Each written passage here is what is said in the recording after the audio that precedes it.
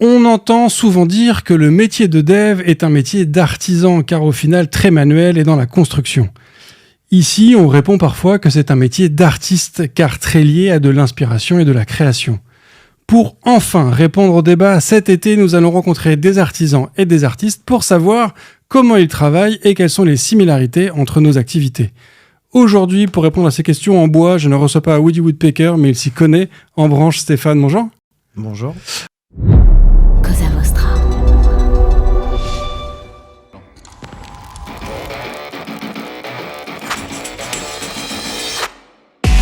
Bonjour, je suis Bruno Soulès, je suis un dev, D-E-V, pour différents, extraordinaires et visionnaires. Bienvenue dans If This Then Dev, le podcast qui veut résoudre le problème avant de passer au dev.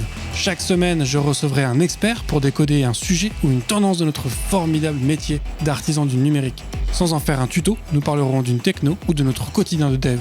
Une discussion sans boucle, sans condition, mais compilée, afin d'en comprendre tous les éléments avant de passer au dev. Ce podcast est une production Cosa Vostra, où nous codons comme nous accompagnons nos clients, en étant différents, extraordinaires et visionnaires.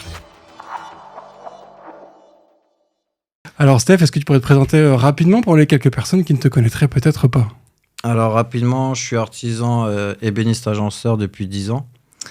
Et depuis quasiment 3 ans, je suis sur les réseaux sociaux en tant que créateur de contenu. Ok. Voilà. C'est effectivement comme ça que je t'ai connu sur TikTok. Tu m'as donné beaucoup d'inspiration pour la construction. T'es dans le métier depuis 10 ans, mais du coup, t'étais déjà dans le BTP avant. T'as toujours été sur ces métiers-là ou pas spécialement ? Non, pas du tout. Avant, j'ai fait un BEP MSMA, maintenance des systèmes mécaniques automatisés. Donc 2 ans en tant que mécano sur les autolaveuses et balayeuses. Tu sais, les petites voitures que tu vois au champ. Ensuite, j'ai fait de l'injection de résine pour la création des sièges automobiles Peugeot et tout ça. Et ensuite, 12 ans de meunier dans la farine. Ok. Voilà. Okay. J'ai fait tous les postes du moulin et je suis parti en tant que créateur d'entreprise. Et j'ai ouvert ma société qui s'appelle A2CM. Ça veut dire atelier, conception, carrosserie, menuiserie. Parce que j'ai acheté une carrosserie, je me suis lancé dans la carrosserie comme ça et je me suis lancé dans la menuiserie comme ça. Et enfin, c'était vraiment, c'est quoi ? C'est une vocation qui était dormante depuis des années. C'était quoi pourquoi la menuiserie ? Parce que la menuiserie, en fait, on peut construire une maison de A à Z avec. Par exemple, l'acier, non. Toute autre matière, non plus. Et comme je suis autodidacte, j'ai dit, je me lance là-dedans. Et j'aime bien les challenges, donc je me suis lancé. Du coup, alors pour répondre à cette question, est-ce que le dev était plutôt un métier d'artisan ou d'artiste ? Déjà, est-ce que toi, tu te considères plus comme artisan ou plus comme artiste ? Moi, perso, artisan. Après, il y a beaucoup de gens qui me disent sur les réseaux, t'es un artiste, mais pour moi, je pense tout simplement c'est mon job. Donc, pour moi, c'est normal ce que je fais, en fait. Comment est-ce que toi, tu perçois cette différence entre le côté artisan et le côté artiste ? Pour toi, ça se joue à quoi, cette distinction ? Alors oui, effectivement, je crée aussi des choses, donc on pourrait considérer que je suis un artiste, mais... Parce que tu fais des jolies choses aussi. Quand on voit ce que tu fais sur TikTok, tu fais aussi des jolies choses. Ouais, j'embellis l'intérieur de mes clients. Mais oui, ce que je veux te dire, c'est pour moi, un artiste, c'est quelqu'un qui va... Un peintre, par exemple. Alors tu vas me dire, oui, il fait aussi de ses mains, moi aussi. Je sais pas, mais après, peut-être je suis un artiste, mais je veux dire, je me considère comme un artisan, tout simplement. Ok. Ouais. C'est quoi, du coup, ton processus de création quand tu as un client qui vient te voir avec un chantier ? Alors, j'imagine que tu as ça peut être très différent comme type de chantier, mais est-ce que tu n'as, je sais pas, une espèce de process qui te permet que tu peux adapter à quasiment tous les contextes ? En fait, c'est varié, mais ça revient toujours à la même chose. C'est-à-dire, on va m'appeler pour, je sais pas, par exemple, je voudrais créer un meuble télé. Alors, je dis OK, donc on prend rendez-vous généralement le soir, comme ça j'ai le temps. Je prends toujours le temps, je passe parfois 2 heures, 3 heures chez le client. Parce qu'en premier lieu, je veux savoir ce que lui veut, donc ses attentes, ce qu'il visualise ou ce qu'il a déjà créé dans sa tête. Et de là, après, moi, je vais donner mes idées à moi. Et on va dire à 90%, j'arrive à lui faire changer ses idées. Moi, je lui amène, ouais, mais moi, par exemple, vous voyez, j'aurais peut-être mis le meuble là, comme ça, comme ça, comme ça. Je lui décide vite fait en 5 minutes en version 3D, sans règles, sans rien, à l'arrache. Mmh. Et il fait ah ouais, j'aime bien et tout. Et question technique, donc il voit pas. Et, je vais lui apporter oui, là où vous dites vous voulez une porte, mais peut-être un tiroir serait plus intéressant, etc. Je vais tout lui amener question technique, question esthétique aussi et pratique. Ok. Parce que si maintenant, je te dis une bêtise, hein, il veut un meuble noir mat, bah là on va voir toute la poussière. Le blanc également, est-ce que ça serait peut-être mieux de partir sur du chêne, parce que sur le chêne, on aura autant de poussière que sur le blanc et le noir, mais on le verra moins. Donc tout ça, je lui apporte, et oui, généralement, 90%, on me suit. Ok, faites-moi le devis, je prends les cotes et tout, et au bout de 2 heures, 3 heures, je pars de chez le client, je fais le devis, Ok. et voilà. Donc c'est vraiment un apport d'expérience. Tu vois une différence entre quand tu vas chez un client aujourd'hui versus il y a 10 ans. Tu penses qu'il y a 10 ans, Ah ouais, j'ai pris beaucoup de maturité, c'est-à-dire avec l'expérience, ça c'est sûr, avec l'expérience. Avant, je m'étais... Tout au début de ma création de société, par exemple, on me demandait est-ce que vous êtes capable de créer une verrière métallique ? Je disais oui, parce que je sais que je vais y arriver, mais je ne savais pas comment encore la faire. Donc du coup, je suis du genre à m'occuper de ma famille quand je rentre à la maison. Une fois que tout le monde est couché et dort, à ce moment-là, je cogite. C'est comme si je me voyais la fabriquer, la poser, mais dans un laps de temps de 10 minutes. Et après, ça fait tilt, je dis c'est bon, je sais comment je fais. Mais maintenant, avec le recul, donc tu me mets dans une pièce, je sais exactement où il faut mettre les choses. Question, comme je te disais avant, pratique, esthétique, etc. Et là, c'est tac, c'est direct en fait. Ouais. Mais il fallait du temps pour que j'arrive à faire ça. Est-ce que tu penses que s'il y a un client un ancien client d'il y a 5 ans ou d'il y a 10 ans qui te fait revenir chez lui pour voir un de tes projets, est-ce que tu penses que tu le regarderais, enfin tu hurlerais en voyant ce que tu avais fait à l'époque, ou pour toi il y a quand même ça reste assez stable ce côté-là? Non, pas 5 ans en arrière, mais peut-être la première année. Ouais. Première année, c'était le temps de... Parce que vu que j'ai jamais fait d'ébénisterie ni de menuiserie à l'école, donc du coup, j'ai tout appris moi-même. Donc si tu veux, c'est le temps de comprendre les assemblages. Par exemple, là, je l'aurais fait avec vis, alors que maintenant, je le fais plus avec vis parce que j'ai horreur de voir une vis. Donc du coup, oui, à ce niveau-là, tu m'aurais dit 9 ans en arrière, oui. Mais là, il y a 5 ans, non, j'ai très vite appris. Ok. Donc... non, j'ai déjà eu le cas. Hein. Je suis fier du meuble que j'ai, d'autant plus quand on le voit qu'il est toujours dans un parfait état. Ça fait plaisir, quoi. Ce qui est marrant, parce que je vois quand même des similitudes avec notre métier de dev, notamment sur cet apport d'expertise vis-à-vis du client. C'est-à-dire que nous, parfois, on a aussi des clients qui viennent nous voir et qui nous disent moi, je veux un site web, je veux telle couleur, je veux tel type d'ergonomie, je veux quand les gens cliquent là, ils voient ça, je veux que ça ressemble à ça. Et nous, on leur explique, on leur dit oui, mais en fait... sur un ordi, ça va bien rendre, mais sur un mobile, ça va être moche. Ça, c'est ta couleur, elle est jolie, mais en fait, dans 2 ans, elle sera passée de mode. Ou ton idée, elle est sympa, mais pour toutes les personnes qui ont des handicaps visuels, ça fonctionne pas. En fait, donc, on apporte aussi cette expertise-là aux clients. Mais ce qui est bizarre et en même temps... en fait, je suis en train de faire mon site internet, tu vois, comme là, par exemple, Aria Concept, ça va sortir. Donc là, je suis dans le même cas de figure qu'un de tes clients. C'est-à-dire, moi, j'ai ma vision, donc le côté, on va dire, marketing et comment amener à ce que le client, on va dire, signe avec moi.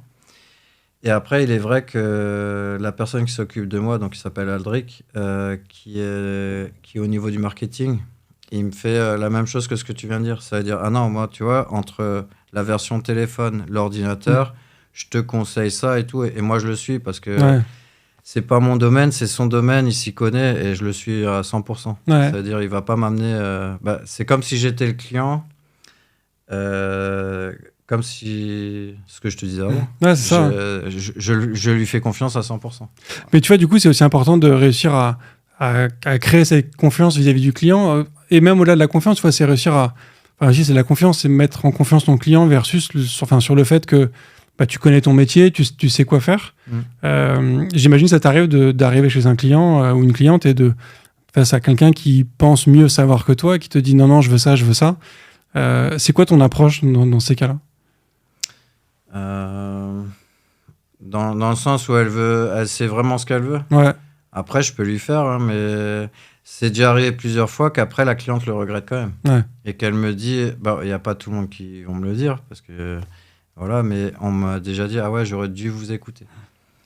Et donc, du coup, même un client qui te demande quelque chose avec lequel tu n'es pas forcément aligné, tu le fais quand même ou est-ce que, parce que maintenant tu commences à être assez connu, j'imagine que tu as un carnet de commandes qui s'étoffe, est-ce que tu es en mode à dire, moi, c'est pas comme ça que je ferais, donc je fais pas? Non, je le ferai, c'est juste question prix. Ouais. Question prix, si c'est à me négocier, etc. Non, à ce moment-là, je me dis, je le fais pas. Ok. Mais déjà, j'ai envie de te dire, mon travail, c'est d'embellir chez les gens. Donc, qu'ils le veuillent comme ça ou pas de ma manière, peu importe. Je vais lui faire, etc. Ouais. Donc, je vais le suivre. Mais c'est juste aux questions argent. Voilà.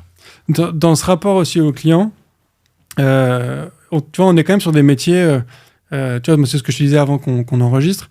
C'est que quand je regarde tes TikTok, il y a des tas de trucs que tu m'as donné envie de faire, que j'ai essayé de faire, et je les fais pas aussi bien que ce que toi, tu arrives à faire dans tes vidéos, ce qui est normal, on n'a pas la même expérience de truc. Et en fait, je trouve que parfois, tu vois, quand tu es sur des sujets comme ça, tu es face à des clients qui maîtrisent pas en fait à quel point une toute petite demande peut d'un coup changer drastiquement la complexité d'un projet.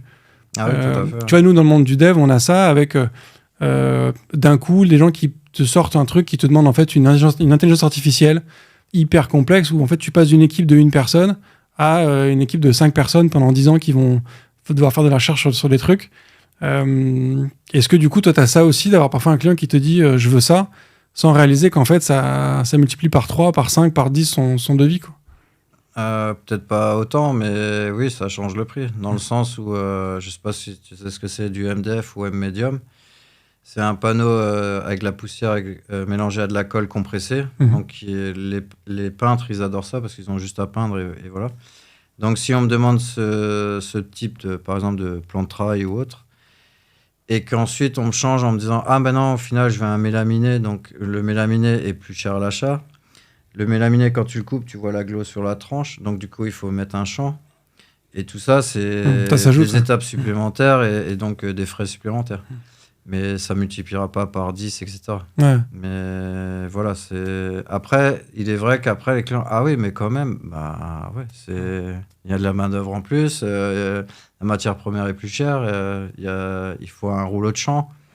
Même si je mets que 3 mètres de rouleau de champ, il faut que j'achète ce rouleau de champ qui est de 30 mètres. Donc, et puis c'est du temps en plus pour toi, donc il faut aussi... Ouais, c'est ça, ouais. Et est-ce que du coup, quand tu... Alors, je sais pas, enfin... Parce que forcément, tu vas pas essayer de gonfler les prix de manière exagérée, Non. mais tu vas pas forcément tirer les prix vers le bas non plus, parce que quand tu crées un truc, t'as besoin aussi de vivre et de payer les gens et le matériel que tu as. Et forcément, on le sait, hein, les clients, ils ont tendance plutôt à vouloir payer le moins possible. Comment est-ce que toi, tu t'approches cette partie de négo avec le client? Alors moi, j'ai toujours fait au juste prix. C'est-à-dire, j'ai toujours fait au juste prix. Je me rends compte de plus en plus que les clients négocient. Quand j'en parle à d'autres confrères, artisans, etc., ils me disent « Non, mais Steph, de toute façon, il faut à chaque fois que tu mettes un pourcentage en plus pour cette part de négociation. » Mais le problème, j'arrive pas à le faire. Tu sais pourquoi? Tout simplement parce que si la personne accepterait le prix que je lui aurais donné en plus, je me sentirais comme si je le volais. Ouais. Voilà, j'ai juste ce problème-là. Donc du coup, je fais toujours au juste prix. Mais ça t'arrive souvent d'avoir des gens qui acceptent le premier prix sans négocier? Oui, dernièrement, l'escalier que je viens de faire, là, l'habillage d'escalier, virer les rambardes, mettre un claustrat, faire les contre-marches en mélaminé blanc. Ils n'ont pas cherché à comprendre. En fait, si tu veux, j'avais dit, je suis allé là-bas quand? Vendredi soir, regarder avec les clients, etc. J'ai dit, je vous envoie le devis ce week-end, j'aurai le temps de le faire. Au final, j'ai pas eu le temps, la famille et tout. Et le lundi matin, j'ai eu un appel du mari qui me disait, mais monsieur Ria, vous m'aviez dit, bon, je veux pas vous presser, mais vous m'aviez dit que vous m'envoyerez le devis au pire dimanche soir. Je dis oui, effectivement, mais là, j'ai eu un petit truc avec ma famille et tout. Et donc, du coup, je vous promets, je vous l'envoie ce soir. Et en fait, il me dit, non, mais c'est parce que vous avez tellement... en fait, vous avez convaincu ma femme à 100%. Donc, elle est pressée de savoir le prix. Donc, je lui ai envoyé lundi soir. Et ils ont signé de suite, envoyé la compte de 40% et c'est parti. Okay. Voilà. C'est un effet peut-être dû à ta notoriété, tu penses, sur les réseaux? Tu penses que tu arrives à un niveau où t'as peut-être les gens vont plus chercher à négocier avec toi? Non, je pense pas. Parce qu'avant ça, j'avais pas besoin de cette notoriété pour avoir du boulot non plus. Mais malgré que j'ai une notoriété, comme tu peux dire, je me fais aussi négocier les prix. Hein. Ouais. Donc, parfois, j'accepte dans le sens où je me dis, bon, c'est pas que je vais modifier ce que je vais vendre, mais je vais trouver une autre façon, peut-être plus rapide, de faire la même chose. Alors là, je dis, ok, c'est bon, je vous le fais, mais c'est instantané, en fait. Tu vois. Et, ou sinon, parfois, je refuse, je dis, non, écoutez, je vous ai fait au meilleur prix. Moi, je mets pas une marge, je leur explique, je mets pas une marge pour une marge de négociation. Donc, je vous invite à faire un devis ailleurs. Et même parfois, 2 mois après, on me rappelle, ah, monsieur Aria, vous vous souvenez, la dernière fois, vous étiez venu et tout. Ils ont fait des devis ailleurs, ils viennent quand même chez moi. Donc, voilà, et ils acceptent au prix que j'avais dit. Alors que je pourrais, du coup, me dire, je leur fais plus cher maintenant, vu qu'il y a les 2 mois de délai passés, etc. Hormis s'il y a une augmentation sur les matières premières, mais je veux dire, je reste au même prix, comme j'avais dit. Voilà. Et comment est-ce que tu gères aussi parce que tu as des clients, effectivement, qui vont tirer les prix vers le bas, qui vont, en fait, aller voir l'artisan. Donc, on dit le mieux disant, mais au final, c'est juste celui qui est prêt à le plus tirer ses prix vers le bas. Est-ce que tu en vois beaucoup, du coup, de gens qui reviennent après, quelques temps après, en disant, en fait, il nous a fait un truc pas ouf, faut tout refaire. Est-ce que... Ouais, j'ai déjà eu le cas, ouais. Du coup, c'est pas le même devis, il faut démonter, il faut aussi, donc forcément... Et il y en a pas mal. Hein. Ça veut pas dire je vous avais dit de me choisir. Non, pas du tout. Je suis pas prétentieux comme ça. Mais voilà, c'est le jeu. Mais après, le problème de ces personnes-là, donc ils ont déjà, je dis une bêtise, hein, ils ont déjà payé 3 000 €. Donc déjà, il est clair et net que ça fait mal. De repayer 3 000 €, donc c'est le double, même plus parfois. Hein. Ouais. Donc du coup, il faut racheter toutes les matières premières, il faut enlever, il faut mettre à la déchetterie, etc. C'est un prix. Du coup, si tu veux, ils veulent déjà d'office qu'on fasse un prix. Oui, vous comprenez. Oui, je comprends, mais en fait, c'est pas de ma faute. Ouais. Voilà, quoi. Donc, à ce moment-là, il faut que tu sois encore plus ferme qu'au départ. Tu as laissé un peu à la cool. Donc, non, c'est comme ça ou c'est pas autrement. Donc, dans ce que tu évoquais tout à l'heure, cette expertise que tu apportes sur la conception d'un projet, au final, cette expertise, tu l'as acquise après plusieurs années de travail, donc ça a aussi de la valeur. Nous, tu vois, on a le cas, notamment chez Cosa Vostra, où on fait des sites complets. Parfois, il y a des boîtes qui nous consultent et elles nous mettent en concurrence avec d'autres agences. Nous, on arrive en soutenance, on a fait des maquettes, on a fait des propositions visuelles, d'ergonomie sur le site et compagnie. On n'est pas choisi parce qu'en général, on est un peu plus cher que les autres. C'est aussi parce qu'on a une équipe de gens extrêmement bons. Du coup, ils prennent une boîte qui est moins chère. Et puis, quand tu repasses sur le site 6 mois après ou 1 an après, une fois qu'il est mis en ligne, on retrouve des éléments qu'on avait suggérés en appel d'offres. Tu vois, une espèce de... Est-ce que c'est du vol? Est-ce que l'autre agence a eu les mêmes idées ou pas? Tu vois, c'est pas ce que je dis. Mais tu vois, moi, j'ai comme ce sentiment parfois de se dire, tu vois, on va voir des clients, on leur apporte une expertise gratuitement en leur disant en soutenance, en rendez-vous client, voilà, d'après nous, votre site, faudrait faire comme ci, faudrait faire comme ça et compagnie. Ça a de la valeur, tu vois. On a des personnes dont c'est le métier qui taffent au final gratuitement. Tu te fais blackbouler derrière parce qu'en fait, t'as proposé le juste prix et t'as une équipe derrière qui va faire potentiellement du moins bon travail. Peut-être pas, mais peut-être du moins bon travail avec ça.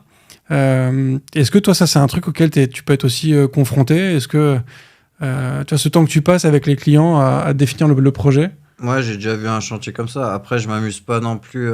Moi, c'est pas comme toi où tu vas sur ton ordi ou téléphone et tu as accès à tout. Moi, je peux pas me permettre d'aller chez un client d'aller sonner 3 mois après. Mais oui, c'est déjà arrivé. Mais après, alors c'est là où il y a la problématique, c'est que il y a des gens, ils vont te dire, faut faire un devis payant. Et à ce moment-là, tu déduiras de ta facture finale.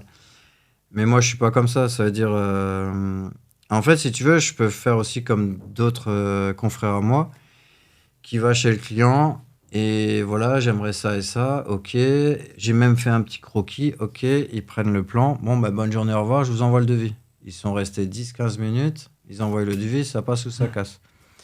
Moi, je suis pas du tout comme ça. C'est pour ça que je vais que le soir. Je prends vraiment mon temps. Après, c'est dans ma nature. Je veux dire, j'aime bien expliquer.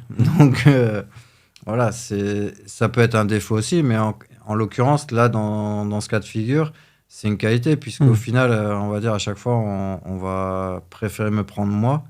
Parce que d'une, j'ai apporté des choses au client.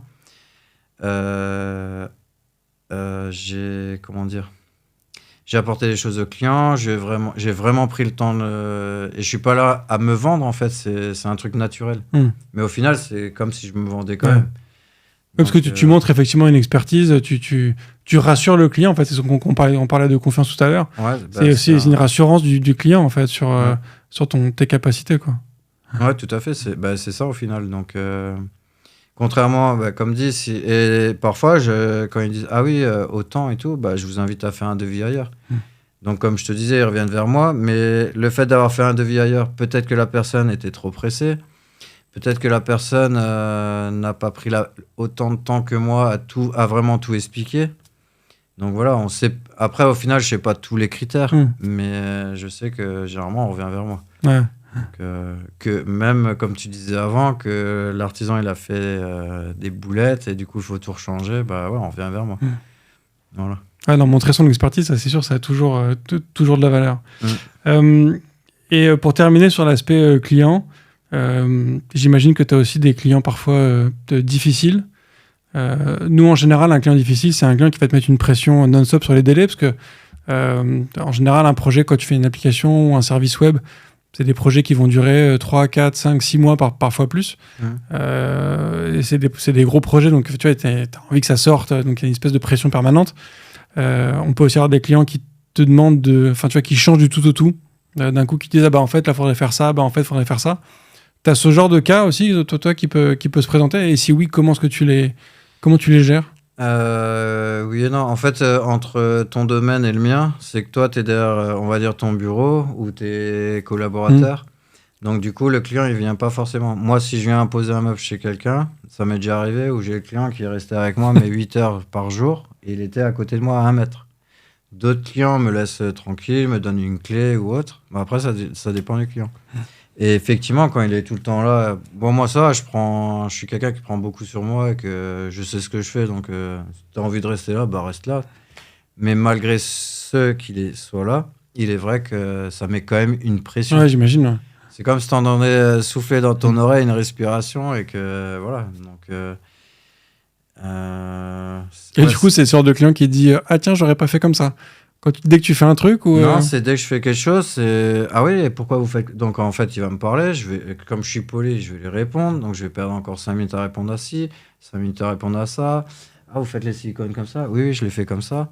Mais moi, j'avais vu que les silicones, on les faisait comme ça, etc. Bon, bref. Et tout alors, cela dit, je dois avouer que moi, si j'avais un assistant comme toi chez moi, pour faire un gros projet, où je sens qu'effectivement tu as un côté très très très ouvert et très didactique.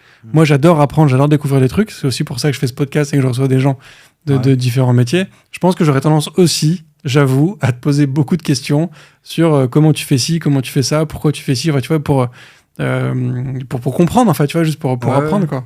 Donc je serais un client casse-couille en fait. Non, je dis pas casse-couille, mais en clair, moi ça me dérange pas, c'est juste que t'as les clients comme toi qui seraient juste curieux de vouloir apprendre, mais t'as les clients qui sont là aussi pour se dire dans sa tête peut-être au final que bon, je vais descendre le prix parce que là il a juste fait un petit truc là et juste pour ça. Donc non, moi ça me dérange pas. Je sais pas, je peux travailler avec n'importe qui et s'il a envie d'être là et qu'il soit là, tu vois. Mais après, je sais qu'il y a des confrères qui supportent pas ça. Et je peux comprendre parce que moi je suis, on va dire, je dis pas qu'ils sont fermés d'esprit, mais moi je suis ouvert d'esprit. Donc la preuve, sinon je ferais pas des vidéos comme je le fais. Et je sais pas, je pense que c'est un état d'esprit aussi. Ouais. Je suis un gars laxiste, cool. Voilà. Ouais. Et d'autres travaillent avec plus de pression déjà en soi, même sans client, tu vois. Moi, c'est. Je sais pas, si je viens à casser quelque chose ou quoi, c'est pas grave, je vais changer et voilà. Je vais pas faire tout un un scandale, en fait. Ce que tu évoquais aussi sur le cas du client qui veut négocier parce qu'il voit que tu as juste fait un petit truc et compagnie, ça me fait penser aussi, tu vois, quand on évoquait tout à l'heure la complexité que les gens ne perçoivent pas, de la même façon, tu vois, nous, parfois, on peut avoir des gens qui vont nous dire ah, ça va, faut juste changer la couleur du bouton, sans comprendre, en fait, qu'il y a une... C'est pas juste changer une couleur, en fait, il y a une complexité, en fait, inhérente derrière. C'est pas juste appuyer sur un bouton. Voilà, c'est pas juste ça, quoi. Ouais. J'imagine que tu as ça aussi, en fait, on peut se dire, ça, c'est juste 2 planches, c'est pas grave, quoi. Bah oui, forcément, ouais. Donc tu les as pas forcément dans le camion, bah oui, bah il faut que j'aille à l'atelier, aller jusqu'à l'atelier, il y a 1 heure de route aller-retour, t'as le gasoil, t'as l'assurance, t'as l'usure de la camionnette, beaucoup de gens ne voient pas tout ça, en fait. D'où pourquoi une fois j'avais fait justement une vidéo là-dessus, où j'avais montré que c'était chez Dispano, je sais pas si tu connais, il y en a à Paris. Dispano, c'est un distributeur de bois et en même temps ils peuvent fabriquer des meubles. Ben, je leur avais fait une sous-traitance à ce niveau-là. Donc, ils m'avaient fabriqué des dressings. Donc, je dois aller donc, chez eux. Je dois charger la palette dans le camion, aller jusqu'au client, monter, c'était au 4e étage. Donc, il y a des pièces qui rentraient dans l'ascenseur. Quand les gens ils veulent bien que j'utilise l'ascenseur, avec protection ou sans. Après, tu dois monter quand même des pièces par l'escalier parce que ça ne rentre pas dans l'ascenseur. Tout cet laps de temps que le client ne voit pas, qui voit juste le fait que tu passes la porte chez eux et qu'à va dire à l'arrière-boutique, ils ne voient pas tout ce qui se passe. Donc, j'avais fait justement une vidéo là-dessus. Okay. Voilà, pour expliquer que voilà, c'est aussi pour justifier un prix. C'est bien beau de venir avec un meuble. En l'occurrence, quand tu vas chez Ikea, bah, tu passes ton temps à faire ça. Tu vas voir la personne. Ah oui, conception de cuisine, tu vas prendre du temps. Tu vas prendre tout ça, tu vas charger dans le camion, tu vas devoir jeter tous les cartons, tout ça, après, ils le voient seulement après. Ouais. Voilà. C'est là qu'ils comprennent. Ouais. C'est pas toujours facile d'avoir les clients face à soi. On aimerait bien pouvoir faire ce qu'on aime faire un peu de manière libre. Ouais, c'est peut-être ça la différence d'ailleurs avec les artistes, c'est qu'ils ont peut-être plus de liberté, peut-être moins de contraintes, tu vois, vis-à-vis d'un client. Ouais, possible, parce qu'ils font une pièce unique, généralement, hein, et ils l'accrochent au mur ou sur un meuble, tu prends ou tu prends pas. Ça, c'est pas mal aussi, dans ce sens-là. Après, voilà, c'est vrai que c'est une petite pression supplémentaire, en sachant que le fait d'aller chez Dispano, d'aller chez le client, poser chez le client, entre-temps, dans toute cette étape de ce temps-là, tu prépares aussi le chantier d'après, et le chantier d'après. Donc, tu dois faire aussi des papiers, passer des coups de téléphone, etc., etc.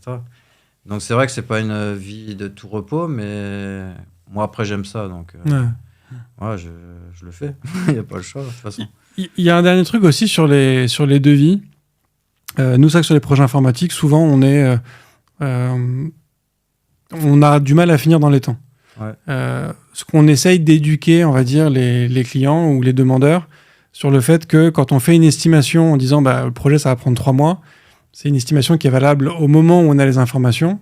On dit, voilà, le projet, on veut ça. On dit, OK, si tu veux ça, ça va durer 3 mois.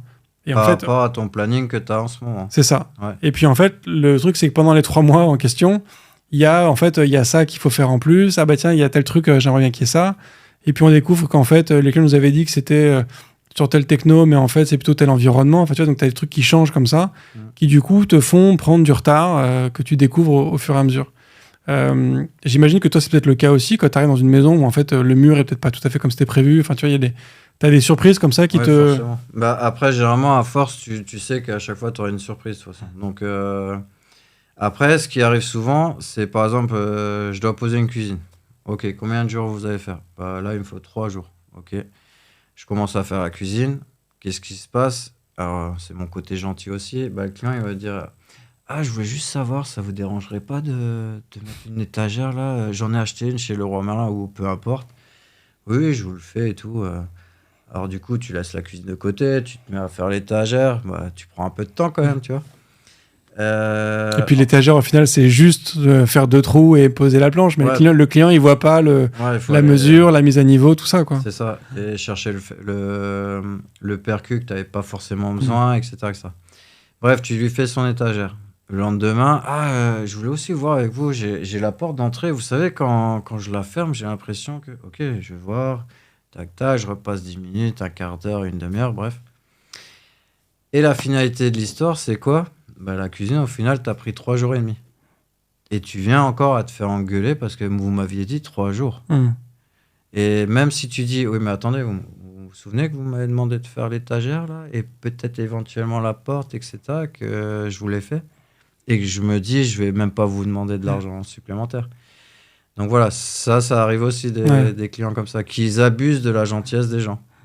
Oui, c'est parce que c'est vrai que ça, c'est un truc qu'on a aussi, ce côté, le client qui dit, ah bah tiens, en fait, je voudrais ça en plus, et tu te dis, ça va, ça me fait prendre un peu de retard, mais ça reste acceptable. Mais en fait, il y a un moment où tous ces petits trucs cumulés, en fait, c'est une journée de taf. Et une journée de taf, ça a une valeur, quoi. Normalement, il faut la facturer. Donc, et toi, du coup, est-ce qu'il y a un moment où tu dis à un client, là, c'est too much, ça représente... tu vois, est-ce que tu as un palier où tu te dis, là, quand même, j'ai dépassé, je sais pas, j'ai pris 10% de plus que le temps que j'avais prévu, et du coup, ça commence à valoir trop d'argent, tu vois, est-ce que tu as été une espèce de seuil? Non, du coup, ce que je fais maintenant, tout simplement, c'est que si on me demande l'étagère, la porte, etc., je finis d'abord la cuisine et on verra après. Voilà, je le fais comme ça. Et donc, du coup, ils sont contents de la cuisine ou pas. Généralement, ils sont contents, mais je dis ou pas. Et après, seulement, je vais voir pour l'étagère, selon comment le client était avec moi le temps des 3 jours. S'il était cool, je lui fais gratuitement. S'il était moins cool, ou je sais pas, ou voilà, comme tu disais avant, casse-bonbon, et ben à ce moment-là, je dis voilà, c'est temps et temps. Je tout vois. Simplement. Voilà. C'est un peu à la tête du client, ça dépend de... Du coup, dans ce cas-là, ce cas de figure, oui. Non, mais je comprends. Hein, nous, pour le coup, c'est qu'on est pareil. Quand tu as un client qui est sympa, tu es plus enclin à l'aider sur des trucs. Et un client qui est effectivement hyper contrariant, et à un moment, tu lui dis, si tu veux plus, c'est plus, quoi. Ouais, c'est ça. Voilà. Il y a un autre aspect, parce que du coup, donc, toi, tu es arrivé sur ce métier il y a 10 ans. Donc, il y a 10 ans, au final, c'est un métier que tu connaissais pas.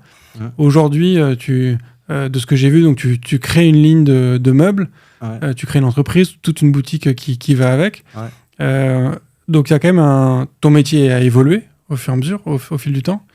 Comment est-ce que tu gères cet apprentissage de nouvelles connaissances, de nouveaux savoirs, de nouvelles expertises? Déjà, j'ai pris goût aux vidéos. J'aimerais bien faire des films, pour te dire. Comme je suis autodidacte, je me mets toujours à 100% dans ce que j'entreprends. Donc ouais, pourquoi pas faire un film, ça me plairait bien. Après, c'est un petit délire, hein, mais j'aimerais bien. Après, tu vois, ça m'a... En fait, un jour, quand je rentre à la maison, je crois que j'avais 180 000 abonnés sur TikTok. Un soir, en rentrant à la maison, je sais pas, moi, je pense beaucoup. Hein. Même la nuit, apparemment, je pense boulot et tout. Parce que je parle la nuit et tout. Et du coup, j'arrive à la maison et là, je me dis, tu sais quoi? Je vais être Stéphane... tu vois, Stéphane Plaza, c'est l'immobilier. Moi, je me suis dit, je vais être Stéphane Arrêt de l'intérieur. Donc, ce qui s'est passé, je rentre à la maison, j'ouvre la porte. Je dis, chérie, tu sais quoi? Je vais être Stéphane Aria de l'intérieur comme Stéphane Plaza de l'immobilier. Elle rigole, elle fait comme ça. Je lui dis, tu verras ce que je te dis. C'était il y a combien de temps, ça? Ça, c'était il y a 180 000 abonnés, il y a 1 an et demi, un truc comme ça. Okay. Et du coup, mais c'était un délire, ça veut dire, voilà, j'ai commencé mes vidéos, on va dire, grâce ou à cause de mon fils, parce qu'il m'a dit, papa, tu connais TikTok? Je dis, non, c'est quoi ça? Donc il parle comme moi, il dit, télécharge. Alors j'ai téléchargé, j'ai fait comme tout le monde. Et comme je suis tous les jours au boulot, donc je me suis dit, fais une vidéo travail, tu montres un truc. Un deuxième, tu auras 2-3 j'aime. Et là, la troisième vidéo, elle a fait 2 millions de vues. En ayant percé une planche sans la traverser avec du scotch.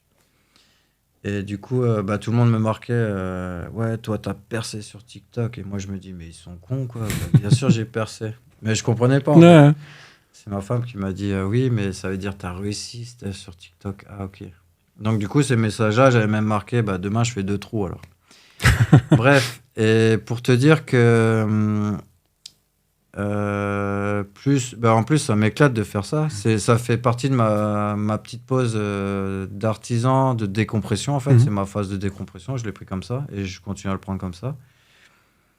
Et en même temps, je me dis, le projet des dressings, ça fait 2 ans que je l'ai dans ma tête. Hein. Donc, quasiment en même temps que j'ai dit, je vais être Stéphane Arrêt de l'intérieur.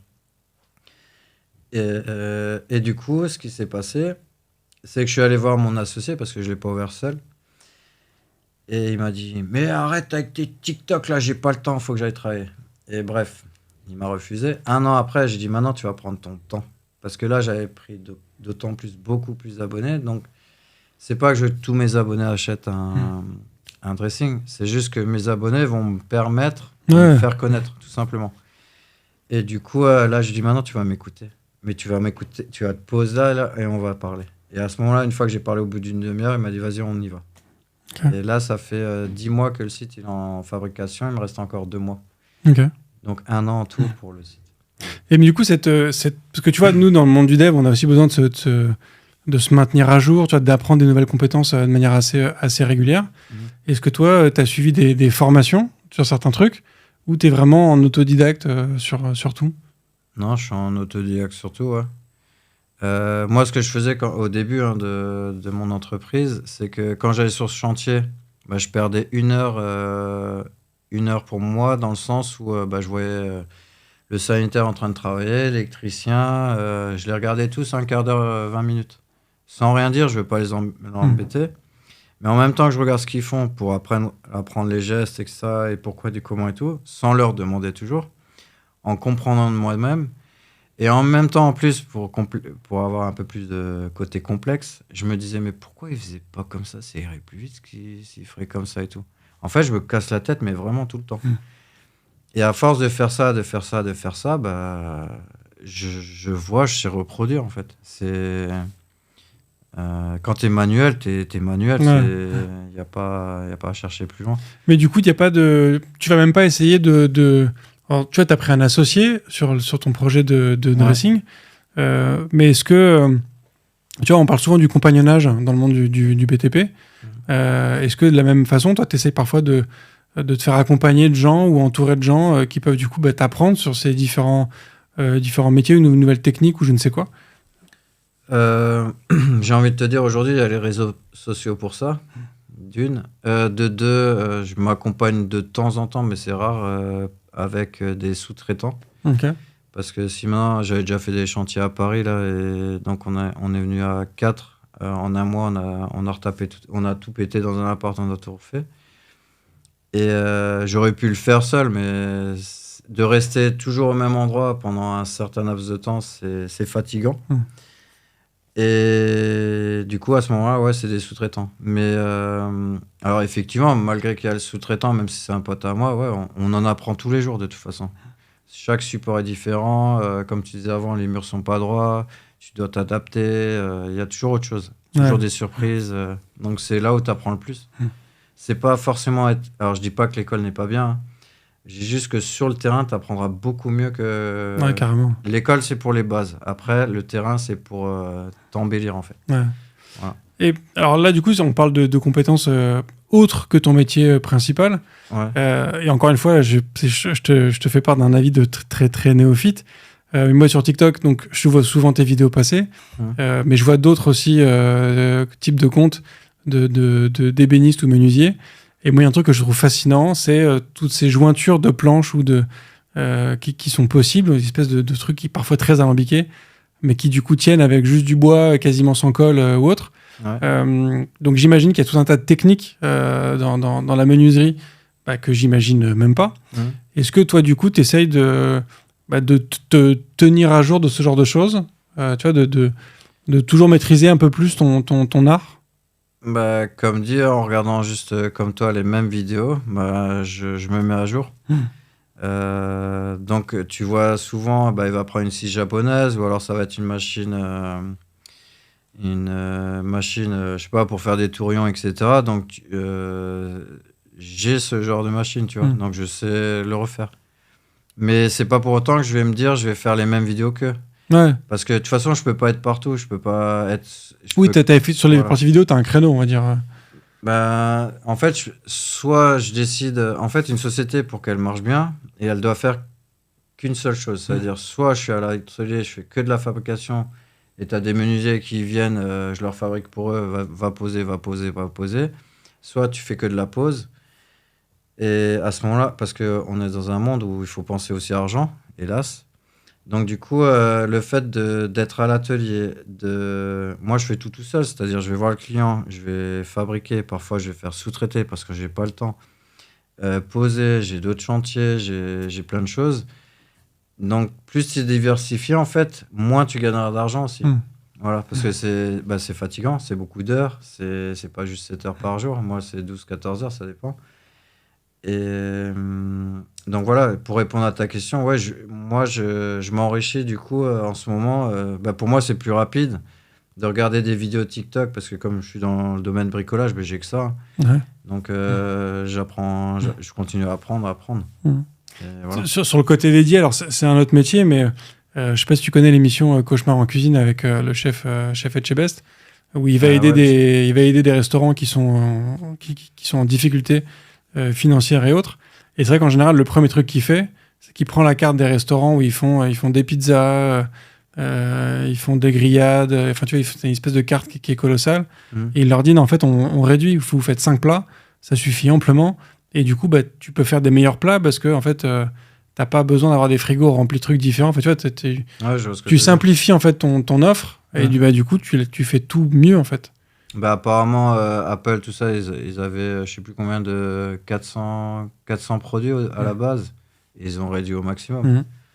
Regarde leur compte bancaire. Ouais, voilà. Effectivement, ça semble bien fonctionner. Ouais. Et du coup, en prolongation de ce sujet sur la formation, on parlait effectivement du compagnonnage. Je sais pas, est-ce que tu as des apprentis ? Est-ce que tu cherches à prendre des apprentis ? Tu vois, je sais pas, je crois que ça se fait beaucoup comme dans le monde du BTP, cette notion d'apprentissage. Ouais, mais le problème que j'ai moi, c'est si je prends un apprenti, donc ça va être pareil, ça va être du temps sur la route, ça va être un coup à l'atelier, un coup sur le chantier. Vu que je fais 14 heures par jour, si maintenant il vient, lui, il va faire ses 7 heures par jour. Si ça se trouve, il va faire qu'1 heure dans la journée de chantier et moi, je vais rester encore les 5 heures après. Donc, pour lui, c'est pas cool non plus. Parce qu'il va être trop dispersé, alors que l'école, elle voudrait que tu sois plus concentré. Donc, j'évite de prendre un apprenti. Et en même temps, ça te permettrait de faire plus de choses, tu vois, d'avoir... oui, c'est sûr. Ouais. Moi, ça m'arrangerait d'un côté. Mais de l'autre, j'ai pas envie d'être responsable de sa mauvaise... Même s'il apprendrait des choses avec moi, ça, c'est sûr et certain. Mais ce que je veux dire, ça sortirait peut-être du cadre de l'éducation nationale au niveau de l'école. Ouais, je vois. Voilà. Il me semble que tu avais fait une vidéo avec ton fils, je crois, qui posait un escalier, je crois, à un moment. Un garde-corps. Un garde-corps. Ouais. Et est-ce que du coup, il est dans cette filière-là aussi ? Est-ce qu'il pourrait être ton apprenti ou tu préfères séparer business et famille ? Non, ça me dérange pas qu'il travaille avec moi. Sache que mon fils il m'a demandé qu'il voulait aller au compagnon du devoir, donc je devais le prendre en apprentissage. Je lui ai dit ok, ça marche, donc je force rien. Hein. Et je dis par contre, avant ça, tu viens 1 semaine avec moi au mois d'août. Il est venu 1 semaine avec moi au mois d'août, donc ça doit être à ce moment-là que tu as vu la vidéo. Et fin de semaine, et je lui ai pas fait faire des trucs de fou. Hein. Je lui ai pas dit tu prends le balai comme certains patrons. Et figure-toi que fin de semaine, il m'a dit écoute papa, j'aime bien quand même les copains à l'école et tout. Je fais écoute, tu fais comme tu veux. Moi, je forcerai jamais mon fils, tu vois. Et donc, du coup, il est allé à l'école, il s'est inscrit en menuiserie. Et là, il va venir, bientôt, les 6 semaines de stage, il va venir chez moi. Mais je préfère qu'il apprenne de lui-même. Et d'ailleurs, quand il est rentré, je ne l'ai pas appelé comme beaucoup de parents vont le faire. Alors, l'école, c'était comment le premier jour, deuxième jour, etc. Je l'ai laissé. J'ai appelé 3 semaines après. J'ai dit alors, comment ça se passe et tout. Ah ouais, c'est bien, j'aime bien et tout. Parce que parfois, avec on va dire des copains, tu vas... déjà, ils se mettent aussi un peu en rivalité, on va dire. C'est un peu ça, hein, challenge, etc. Entre potes, tu vas vouloir avancer un peu plus, etc. Donc, j'ai préféré le laisser libre choix. Et voilà, maintenant, ça lui plaît. Donc, je suis content quand même, tu vois. Même si tu veux toujours plus pour ton fils, tu veux que ton fils il fasse un boulot encore meilleur que toi, etc. Mais au moins, ça va lui apporter ce côté manuel. Si dans 2 ans, il change. Moi, j'ai changé plusieurs fois, donc j'ai cherché ma voie. Du coup, cette semaine qu'il a passée avec toi au mois d'août, le but, c'était de lui montrer un peu le pire du job pour qu'il le décide. C'était juste qu'il y ait la réalité du job. Moi, sur les chantiers, c'est à la cool. Hein. Ouais. Je suis pas le patron. Un bon patron, on va dire, il faudrait qu'il ait de la poigne, etc. Et lui, il va Non, mais gagner de l'argent. t'aurais pu choisir, je sais pas, une semaine du mois d'août parce que du coup, il fait chaud, donc physiquement, c'est un peu plus difficile. T'aurais pu choisir la semaine Ah, avec un client le plus demandeur pour qu'il voit effectivement le contexte d'un chantier hyper difficile. Tu vois, pas forcément au côté méchant patron, parce que ça, on peut espérer on peut lui souhaiter qu'il ait jamais un patron détestable ou une patronne détestable. ouais. Mais tu vois, je parlais vraiment au sens la partie un peu la plus ténue du job, quoi. Non, même pas. C'était vraiment tranquille. Ok. C'était pas malgré la chaleur. En plus, il y avait la clim à l'intérieur, etc. Mais je veux dire, non, c'était à la cool. Hein. Je suis pas J'ai déjà eu 16 stagiaires. Ok. Moi, c'est pour te dire, j'ai déjà pris 16 stagiaires. Il y en a peut-être. Et là, dernièrement, le dernier était bien. Et l'un des premiers était bien. Le reste, c'était. Il faut les chercher. Ça veut dire, quand ils finissent leur job, c'est bon, je vais sur mon tel, ou je vais fumer ma cigarette, etc. Mais ils vont pas venir vers toi et dire ah, chef, j'ai fini, et je veux pas qu'on m'appelle chef, mais façon de parler. Mais moi, à l'époque, j'étais comme ça. C'est-à-dire, dès que je finissais mon truc, chef, qu'est-ce qu'il y a encore à faire? On me donnait ça, tac, tac, tac, qu'est-ce qu'il y a encore à faire? Et j'étais tout le temps comme ça. En plus, les heures, ils passent plus vite. Ah, ils doivent s'emmerder à ce que le temps, il passe pas. Hein. En étant comme ça, à attendre, voilà. Alors, Donc, trouver le bon apprenti, c'est difficile. Hein. Ça, on a le même sujet dans la tech. ouais, c'est ça. Que ce soit le stagiaire, l'apprenti, etc. Donc, c'est pas évident de se dire bon, bah, je prends un apprenti toute l'année. Après, s'il te convient pas, qu'est-ce que tu fais? Ouais, c'est ça. C'est ça. Et du coup, le fait que ton fils suive une formation plus académique sur la menuiserie, ce que toi, du coup, t'as pas fait, c'est quoi, du coup, ta vision de cette formation académique? Bah, au moins, lui, il va pouvoir apprendre également les termes techniques, chose que je n'ai pas. Mhm. Par exemple, dans mes vidéos, tu vas pas me voir parler de technique à fond parce que, honnêtement, je m'y connais pas en termes. Pas sur tout, mais voilà, il y a des termes, genre, je sais pas du tout comment on appelle ça, tu vois. Je le fais, mais je sais pas comment on l'appelle. Donc ça, c'est un bien aussi. Et peut-être grâce à moi, bah, il aura une autre approche. Bah, c'est sûr, de toute façon, il aura une autre approche de son travail, donc il pourra allier les deux aussi. Donc moi, je suis pour que l'élève dépasse le maître, comme on dit. Donc s'il devient meilleur que moi, c'est encore... je suis trop content, quoi. Tu vois. Voilà, quoi. Pour terminer, il y a un aspect du métier de dev qui est souvent évoqué dans sa proximité avec le métier d'artisan. C'est que nous, au final, on produit aussi quelque chose de très tangible. C'est pas palpable parce que ça reste un site web ou une application mobile, donc c'est pas concret comme effectivement un meuble que tu peux faire, mais on crée quelque chose qui est visible. Tu vois, que tu peux montrer à ta maman ou à ton papa en disant regarde, j'ai fait ça, ça marche. Bon, ça marche pas, mais en général ça marche. Tu vois, il y a ce côté le fait de produire avec tes mains un truc que tu peux montrer aux autres. Et c'est une des raisons aussi qui parfois amène des gens à choisir ce métier-là. C'est que du coup tu peux créer un truc que tu peux montrer aux autres, que tu peux mettre dans la main des autres, que les autres peuvent utiliser. Et est-ce que ce sentiment-là, toi, ça a été un des trucs qui t'a amené à choisir ce métier-là, ou qui te plaît dans ce métier, ou...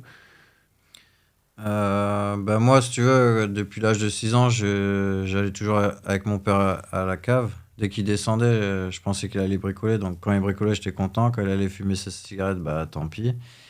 Mais c'est vrai qu'il bricolait à la maison. Après, moi, je l'ai dépassé depuis longtemps. Mais ce que je veux dire, c'est... J'étais fan de vouloir prendre un outil, d'essayer de créer quelque chose comme les mécanos qu'on avait à l'époque, les Lego, etc.